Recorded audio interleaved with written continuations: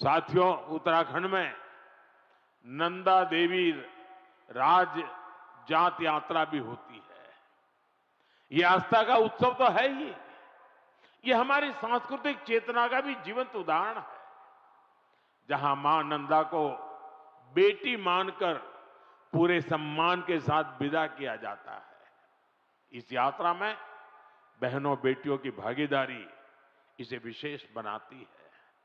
मैं मां नंदा को प्रणाम करते हुए देश भर की बहनों बेटियों को भी विशेष संदेश देना चाहता हूं। विकसित भारत के निर्माण में आपकी बहुत बड़ी भूमिका है। इस देश की बेटियों की, इस देश की माताओं की, बहनों की बहुत बड़ी भूमिका मैं देख रहा हूं। और बहनों बेटियों की सुविधा, सुरक्षा और लोकतंत्र में भागीदारी, ये डबल इंजन सरकार की बहुत बड़ी प्राथमिकता है। आप अभी देख रहे हैं कि दुनिया में कितना बड़ा संकट आया है। इसे दुनिया के विकसित देशों में भी कितना हाहाकार मचा है। ऐसी मुश्किल हालत में भी सरकार का निरंतर प्रयास है कि हमारी बहनों को कम से कम परेशानी हो। साथियों, बहनों बेटियों की भागीदारी का एक और महत्वपूर्ण पड़ाव अब देश के सामने है। 4 दशकों के इंतजार के बाद संसद ने नारी शक्ति वंदन अधिनियम पारित किया था।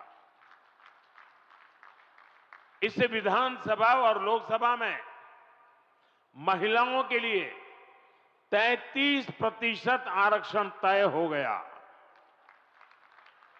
सभी दलों ने आगे आकर इस महत्वपूर्ण कानून को समर्थन दिया। अब महिलाओं को ये जो हक मिला है ना, इस हक को लागू करने में देर नहीं होनी चाहिए।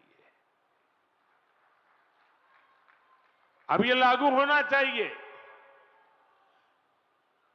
अब जो 2029 में लोकसभा के चुनाव होंगे और तब से लेकर के आगे विधानसभा के भी चुनाव आते रहेंगे, जो भी चुनाव आते रहेंगे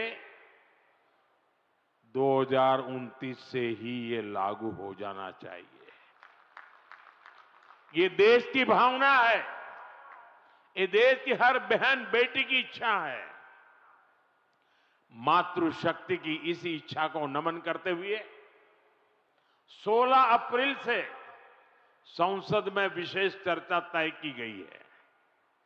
देश की बहनों बेटियों के हक से जुड़े इस काम को सभी राजनीतिक दल मिलकर के सर्वसम्मति से आगे बढ़ाएं, उसको पूरा करें। और मैंने आज देश की सभी बहनों के नाम एक खुला पत्र लिखा है।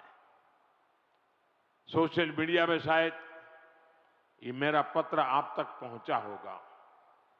हो सकता है टीवी और अखबार वाले भी इस पत्र का जिक्र करते होंगे। मैंने बड़े आग्रह के साथ देश की माताओं बहनों को इस कार्य में भागीदार बनने के लिए निमंत्रित किया है। मुझे पक्का विश्वास है कि पत्र मेरे देश की माताएं बहनें जरूर पढ़ेगी, एक एक शब्द पर मनन करेगी और इतना बड़ा पवित्र कार्य करने के लिए 16, 17, 18 को संसद में आने वाले सभी सांसदों को उनके आशीर्वाद भी मिलेंगे। मैं आज देवभूमि से देश के सभी दलों से फिर अपील करूंगा कि नारी शक्ति वंदन अधिनियम में संशोधन का जरूर समर्थन करें।